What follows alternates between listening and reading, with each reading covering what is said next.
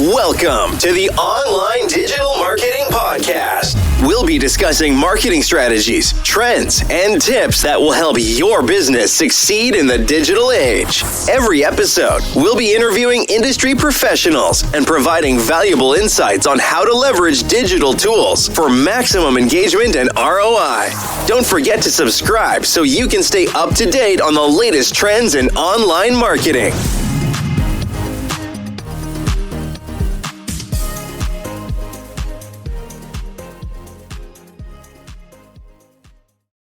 What if the secret to doubling a company's sales wasn't actually talking about how incredibly great that company is? Right, like the exact opposite. Yeah, like instead, openly publishing a list of your biggest flaws and, get this, directly linking to your local competitors. I mean, it sounds completely backwards when you first hear it. Totally backwards. But today we are looking at a stack of sources detailing why this kind of radical, uncomfortable honesty is becoming the absolute new gold standard for consumer trust. It really is. So welcome in. Today's deep dive is focused on a business strategy called They Ask You Answer, which is often abbreviated as TAYA. Yeah, it's a fascinating framework. Originally pioneered by Marcus Sheridan, our notes today specifically examine how this TAYA philosophy is completely disrupting the local home services industry. We're talking HVAC techs, plumbers, roofers. Exactly. The businesses that keep our literal roofs over our heads. Our mission today is to explore how these companies are using brutal transparency to just, bypass traditional marketing fluff. And shorten their sales cycles, right? Yeah. And build massive trust with a really highly skeptical public. Okay, let's unpack this. Because to truly grasp why this counterintuitive solution works so well, we have to look closely at the modern consumer. Which is everyone. Right. You, me, the listener. The way we buy things today is fundamentally different than it was even, 10 years ago? Oh, easily. The old way of selling a new roof or an AC unit is totally irreparably broken. So why is it broken? Well, the primary reason is that businesses have largely failed to adapt to the reality of the modern buyer's journey. Historically, the flow of information was a one-way street. Like the Yellow Pages. Exactly. A homeowner had a leaky pipe. They looked at a billboard or a phone book they called a vendor, and the vendor held all the cards. They had all the power. Right. The vendor dictated the price, the timeline, the solution. But that dynamic is dead. It has completely flipped. I mean, think about the last time you, the listener, had a major repair pop up.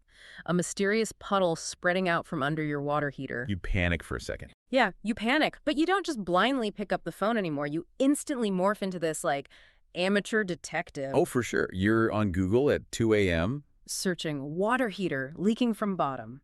You scour your local Facebook groups or Nextdoor to see who your neighbors used, and if they felt ripped off. You're watching 3 different YouTube tutorials to see if it's just a pressure valve you can tighten yourself. Exactly. You might even ask an AI tool what a fair replacement price is for a 50-gallon tank in your specific zip code.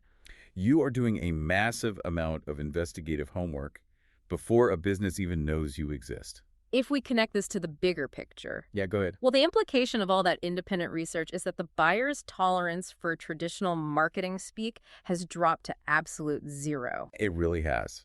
By the time you, the homeowner, actually land on a local plumber's website, you are already swimming in technical data and pricing anxieties. You've got 10 tabs open. Right. So if that website greets you with generic phrases like family-owned since 1985 or high-quality craftsmanship, or best service in town. Ugh, yes. Your brain simply filters it out. It's just white noise. I'd say it's worse than white noise. It's practically a red flag. How so? It tells the detective, the buyer, that this company isn't going to give them the hard data they are actually looking for. It just makes the website look like a useless digital brochure. Precisely. Generic copy doesn't build trust because it doesn't answer a single intent-driven question. Right. And the core philosophy of the ask you answer approach forces a business to recognize this shift. A company has to completely stop acting like a vendor pushing a service. And do what instead? Fully commit to being the most helpful, unbiased teacher in their local market. You achieve that by answering the real, often difficult questions buyers are asking. Okay, so if generic copy is invisible and buyers are actively hunting for data, what exact information are they searching for that traditional businesses are just, failing to provide? Well, our sources highlight that the specific topics buyers crave happen to be the exact things most businesses are terrified to talk about. Terrified. Wow. Yeah. The framework categorizes these as the Big Five. The Big Five. Let's get into this. These 5 categories dictate the vast majority of consumer research. They're the content pillars that actually drive revenue because they address the buyer's deepest anxieties. But businesses avoid them. Universally. Because addressing them requires a level of vulnerability that just feels really unnatural in a corporate setting. Well, let's break these down and look at the mechanics of why they work. Number 1 on the Big Five list is cost and pricing. Always number 1. Yeah, people want the actual numbers. They want price ranges. They want to know what causes those costs to fluctuate. And they want to understand why a price might go up or down. Right. Instead of a website just saying, call us today for a free estimate, which everyone hates. I despise it. Tell you why businesses are publishing comprehensive guides like, how much does a new central AC system cost in Chicago? And the psychology here is critical, right? Absolutely. When a consumer is researching a major purchase and they cannot find a price on your website, they do not think, oh, I should call them to find out. No, they think they're hiding something. Or, if I have to ask, I probably can't afford it. By putting the numbers out there, even if it's just a realistic range, you immediately establish a baseline of trust. You're like commoditizing the secret of your pricing. Exactly. Which elevates your value as an honest broker. I see the logic, I really do. But doesn't posting your prices just trigger a race to the bottom? I mean, if I'm a premium roofer and my competitor down the street is cheaper. Yeah, aren't you just giving the buyer a reason to click away? Exactly. That assumes the buyer only cares about the lowest number, which data shows is rarely true for major home investments. Buyers want value and predictability. Okay, that makes sense. If your pricing guide explains why your roofs cost $5,000 more, maybe because you use a specific underlayment that prevents ice dams, or you offer a lifetime labor warranty, you are educating them on the variables. You're setting the buying criteria for the entire market. You're teaching them how to buy the thing rather than just telling them what it costs. Bingo. But price is just the first hurdle. Once they know what it costs, they start looking for what could go wrong. Which brings us to number 2 on the list. Problems. Yes. This involves openly discussing the limitations of your product or service, what can break, and even detailing scenarios where a simple repair is actually better for the customer than a full replacement. This is where the radical honesty truly kicks in. It is about actively addressing the elephant in the room. Wait a second. I have to push back here. Go for it. You're saying a business should write an article about why a customer might not want to hire them, or actively tell a homeowner to spend less money. That's exactly what I'm saying. If I am a business owner with a payroll to meet, advertising my flaws feels like business suicide. Well, this raises an important question. Who is actually in control of the conversation? What do you mean? In the digital age, if a buyer is researching you or your product, they're going to find the flaws, the negative reviews, and the limitations eventually. The internet guarantees it. Oh, right. They'll find it on Reddit or something. Exactly. Would you rather they find that negative information from a disgruntled customer on a forum, or would you rather be the one to tell them?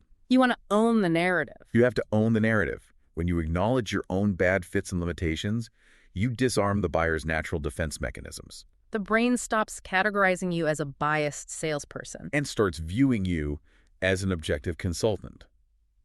When you admit who you are not a good fit for, the right fit customers will trust you infinitely more. Wow. They will actively seek you out because you've proven you care more about the right solution than just making a quick buck. You're removing the friction of suspicion. That's powerful. Okay, moving on to number 3 of the Big Five. Comparisons or versus content. The classic head-to-head. Yeah, this is helping buyers weigh their options objectively. Things like tank versus tankless water heaters or heat pump versus gas furnace. You give them the pros, cons, and costs of both sides. It feeds directly into that investigative mindset. Buyers are constantly comparing options. If you are the platform providing that objective comparison, you keep them on your website. You become the source of truth. Exactly. Which bleeds perfectly into number 4. And this is perhaps the most terrifying one for a traditional business owner. Oh, people hate this one. Reviews and best lists. This means highlighting the top local providers in your market, including your direct competitors. Yes. So an HVAC company might write an article titled Best HVAC Companies in Our City and literally list the other companies down the street. It is incredibly difficult for business owners to swallow this. The instinct is to just pretend competitors don't exist. I can just imagine a business owner sweating over the keyboard, trying to type out their biggest rival's name. I mean, why on earth would you give them free press? Because of search intent. Yeah. The modern buyer is already going to Google and typing best HVAC near me. If you refuse to write that article, the buyer is going to click on a Yelp page or an Angie's List directory or a competitor's site. You have zero control over those platforms. Oh, I see. But if you write the article and you objectively explain who each competitor is a good fit for, you capture that web traffic. You become the ultimate authority by being the one confident enough to grade the competition. It's the ultimate power move. You're basically saying, we are so confident in what we do, we will happily tell you who else is good at this. Exactly. And finally, number 5 is best practices. Right. Explaining the optimal way or the best time to do things. For example, an article on the best time of year to replace your roof. It shows you are invested in the customer's long-term outcome. So all 5 of these topics share the same underlying DNA, right? They prioritize the buyer's need for education over the company's need for promotion. That's the perfect way to put it. So producing brutally honest content builds web traffic and positions a company as an expert. But how does reading an article on the internet actually change the physical in-person dynamic? What do you mean? Like, when the plumber is actually standing in your kitchen, how is this strategy altering that interaction? Our sources detail a transition here from marketing strategy to direct sales application. Yeah, the transition relies on a strategy called assignment selling. Assignment selling. It's the practice of purposefully sending this highly specific educational content to prospects before the initial sales appointment. You are quite literally assigning them homework. Our sources highlight a specific tool for this called the 80% video. This is a 7 to 10 minute video that answers the top questions that naturally arise in 80% of sales calls. Process, baseline costs, warranties, fit. Exactly. The company requires you, the buyer, to watch this before the technician ever arrives at your house. Consider how wildly inefficient a traditional sales visit is. Oh, it's painful. A technician drives out to a home, sits at the kitchen table, and spends the first 45 minutes answering the exact same basic questions about materials and timelines they've answered 1,000 times before. And then at the very end, they drop a massive price tag on the table and just hope the customer doesn't flinch. It's a terrible system. Here's where it gets really interesting. Imagine applying assignment selling to a completely different field, like medicine. Oh, that's a great comparison. It would be like a surgeon sending you a personalized 10-minute video explaining a complex knee procedure, the exact recovery time, the potential risks, and the out-of-pocket costs before you even step foot in the clinic. Right, for the consultation. By the time you sit down with the doctor, you aren't asking basic questions like, does this hurt? You are asking highly specific questions about your own unique joint structure. That analogy captures the efficiency perfectly. For the home services buyer, this pre-education achieves several psychological breakthroughs. Like what? First, it completely eliminates what the sources call stranger danger. Because they've seen them on video. Exactly. By featuring the actual technicians on camera, walking through the process in the video, the business is humanized. The homeowner knows exactly who is going to be knocking on their door. That's huge for peace of mind. And second, it drastically reduces price shock. Because the homeowner has already digested the pricing guide on their own time, right? Without a salesperson breathing down their neck. Exactly that. If a prospect watches the 80% video, reads the pricing guide, and still keeps the appointment, they are fundamentally comfortable with the ballpark numbers. The financial anxiety is largely gone. The in-person visit is no longer a generic, repetitive presentation.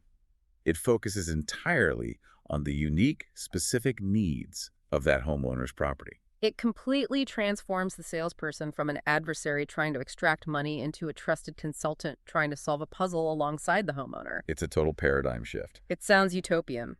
But a strategy is just a theory until it hits the real world. I'm putting myself in the shoes of a local plumbing or roofing company. Okay. They have trucks rolling, emergencies happening, parts to order, and technicians who are exhausted. How does a blue-collar business actually pull this off without hiring a massive, expensive marketing agency? That is the most practical component of the source material. It outlines a highly specific 90-day implementation blueprint. 90 days. It is not just a marketing plan.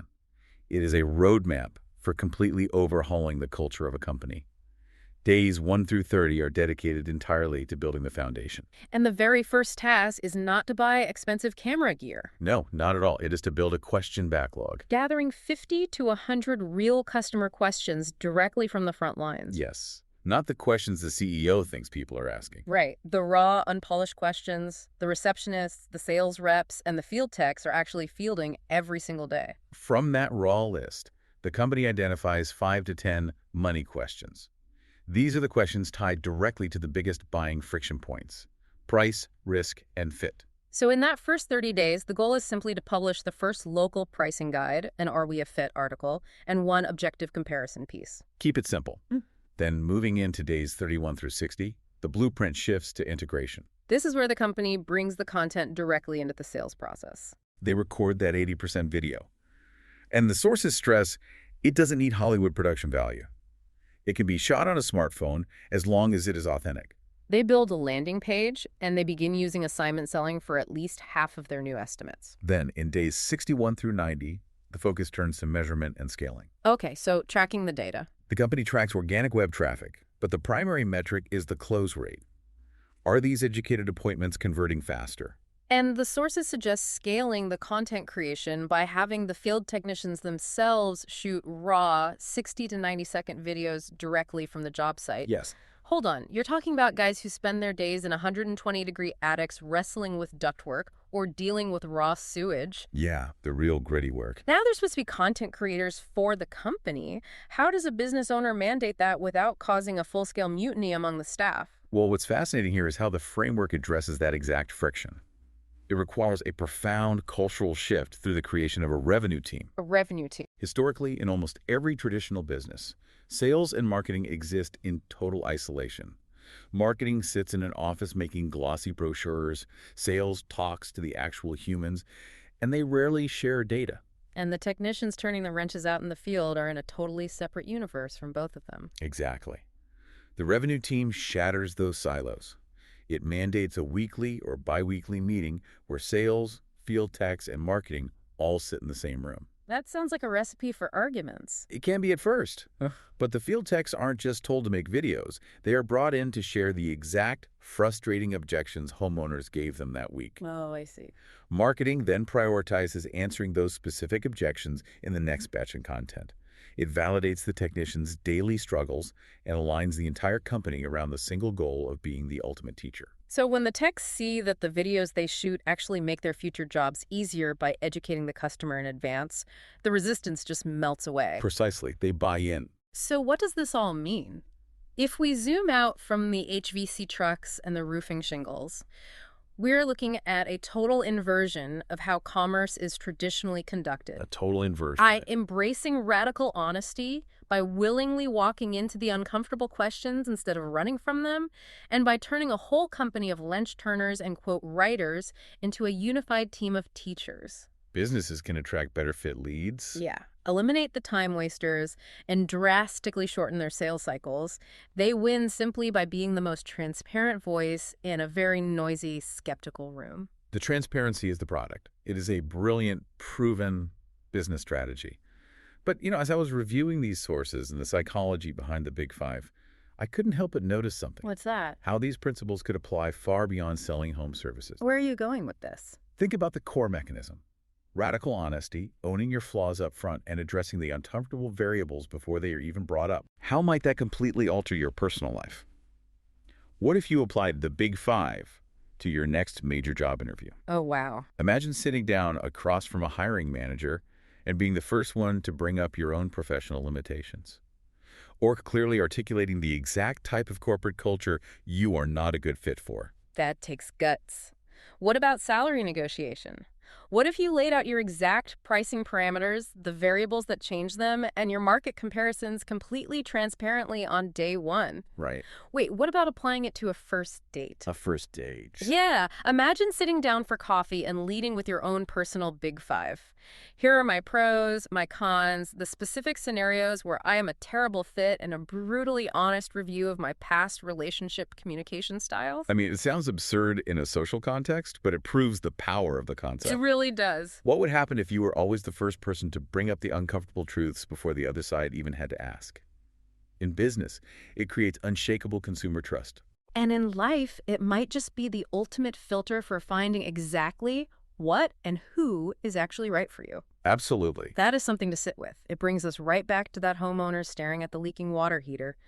We don't want the generic, comforting lie anymore. We really don't. The digital age has made us all investigators, wading through the murky waters of information overload, just looking for someone, a plumber, an employer, a partner, who is brave enough to turn on the lights and just be radically honest about what we are looking at. Beautifully said. That's it for today's deep dive. We will catch you next time. Ready to take your online business to the next level? Subscribe to our digital marketing podcast and then join our Accountability for Success Mastermind. With expert advice from industry leaders, you'll gain knowledge and insights that will help you succeed in today's digital marketing world.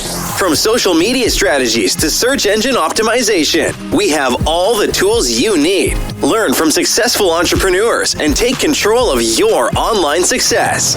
Join the Accountability for Success Mastermind now at bit.ly/AFSM podcast.